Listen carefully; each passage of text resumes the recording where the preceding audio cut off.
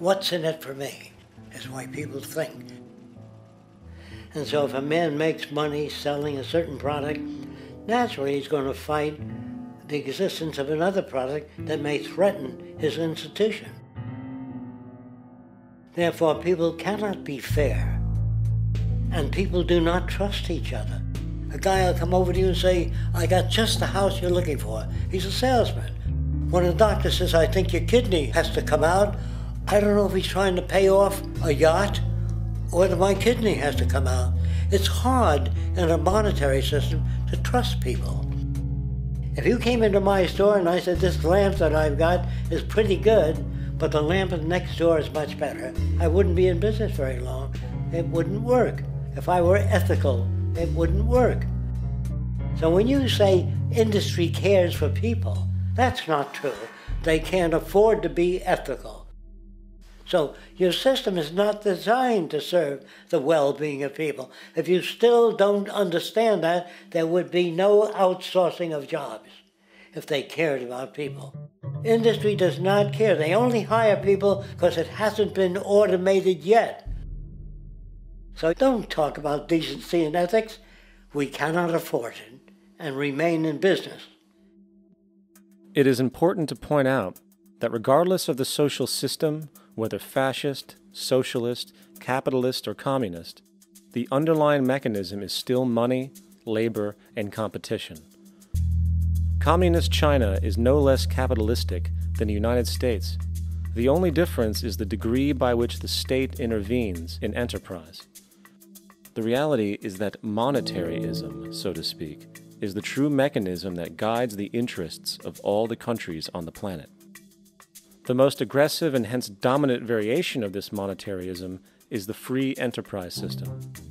The fundamental perspective, as put forth by early free market economists like Adam Smith, is that self-interest in competition leads to social prosperity, as the act of competition creates incentive, which motivates people to persevere.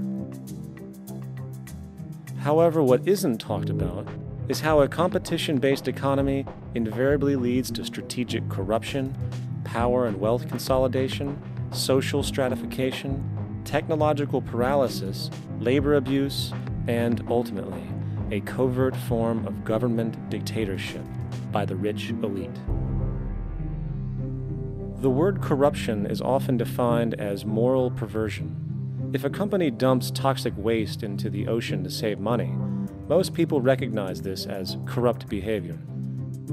On a more subtle level, when Walmart moves into a small town and forces small businesses to shut down for they are unable to compete, a gray area emerges. For what exactly is Walmart doing wrong? Why should they care about mom-and-pop organizations they destroy?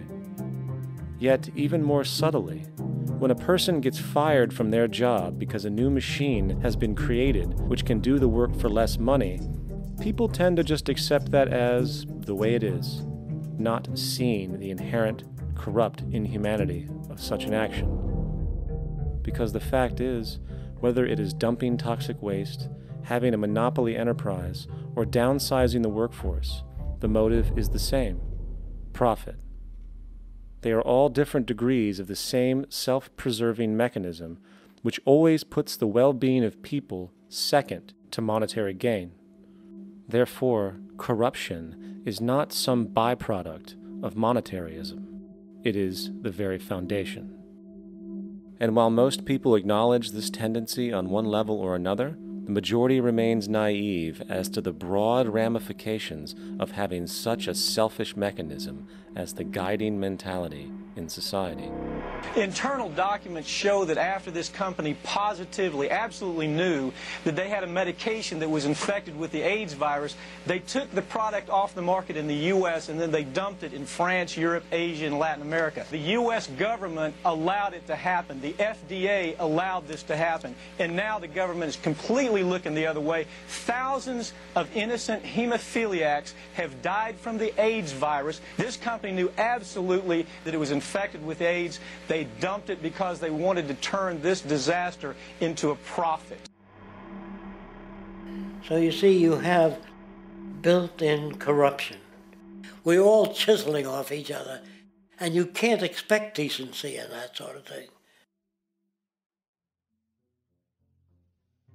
And feeling that, they don't know who to elect. They think in terms of a democracy, which is not possible in a monetary-based economy.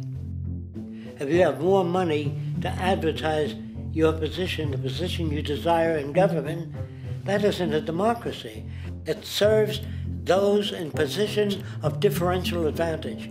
So it's always a dictatorship of the elitists, the financially wealthy.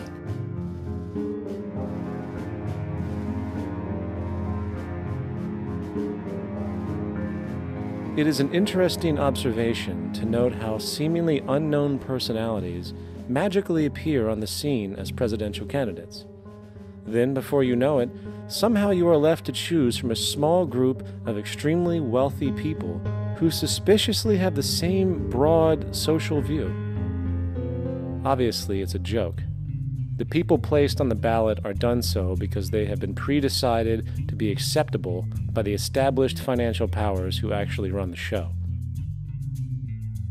Yet, many who understand this illusion of democracy often think, if only we could just get our honest, ethical politicians in power, then we would be okay.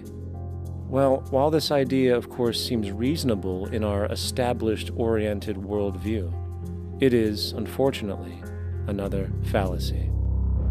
For when it really comes down to what is actually important, the institution of politics, and thus politicians themselves, have absolutely no true relevance as to what makes our world and society function. It's not politicians that can solve problems. They have no technical capabilities. They don't know how to solve problems. Even if they were sincere, they don't know how to solve problems. It's the technicians that produce the desalination plants.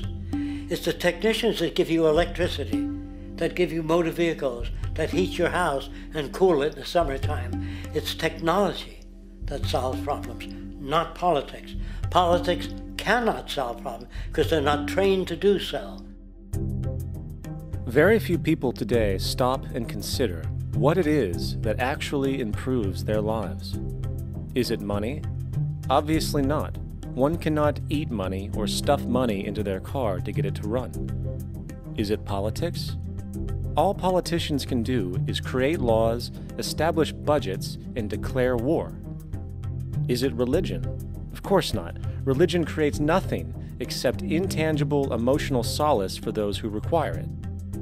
The true gift that we as human beings have, which has been solely responsible for everything that has improved our lives, is technology. What is technology? Technology is a pencil, which allows one to solidify ideas on paper for communication. Technology is an automobile, which allows one to travel faster than feet would allow. Technology is a pair of eyeglasses, which enables sight for those who need it. Applied technology itself is merely an extension of human attributes, which reduces human effort, freeing humans from a particular chore or problem. Imagine what your life would be like today without a telephone, or an oven, or a computer, or an airplane.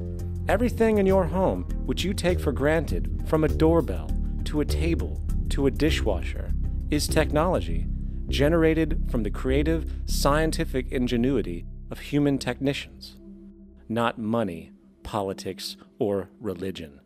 These are false institutions. And writing your congressman is fantastic.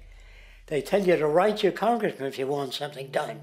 The men in Washington should be at the forefront of technology, the forefront of human studies, the forefront of crime, all the factors that shape human behavior. You don't have to write your congressman.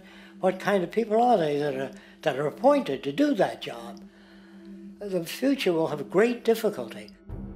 And the question that's raised by politicians is, how much will a project cost?